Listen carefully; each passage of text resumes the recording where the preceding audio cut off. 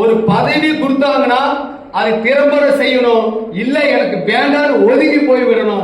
இல்லைன்னா அந்த பதவிக்கு அசிங்கமா நம்ம இருக்கக்கூடாதுன்னு நினைச்சவன் நான். அதனால லீவ் எடுக்கல. செமஸ்டர் லீவ் விடுவாங்க ஒரு மாசம். காலேஜ்ல யாருமே இருக்க மாட்டாங்க.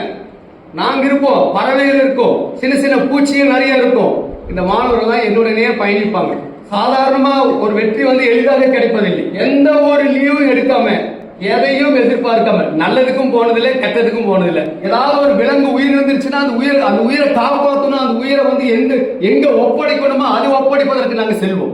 என்னுடைய ரத்தத்துல ஓடக்கூடிய அந்த ஹீமோகுளோபின் சொல்லுவோம் இல்லையா, என் உடம்புல ஓடக்கூடிய ரத்தத்துக்கு நிறம் கொடுக்கிறது NSS என்ற 3 எழுத்து மட்டும்தான். மகாத்மா காந்தி அவர்கள் சொல்லியிருப்பார், தன்னலம் தருதாமல் சுயநலம் இல்லாமல் எவன் ஒருவன் சேவை செய்கிறானோ அதை இந்த நாட்டுக்காக அர்ப்பணிக்க வேண்டும். எதுவுமே சாதாரணமாக நமக்கு கிடைத்து விடாது. அவமானங்கள் இல்லாமல் வெகுமானங்கள் இல்லை. நம்மை அவமானப்படுத்தியவர்களுக்கு எதிராக நாமும் அவர்களை அவமானப்படுத்துவது என்பது அகங்காரம். எவன் ஒருவன் நம்மை அவமானப்படுத்தினானோ அவன் கண் முன்னால் நம்முடைய வாழ்க்கை தரத்தை உயர்த்தி காட்ட வேண்டும் என்ற எண்ணம் எழ வேண்டும்.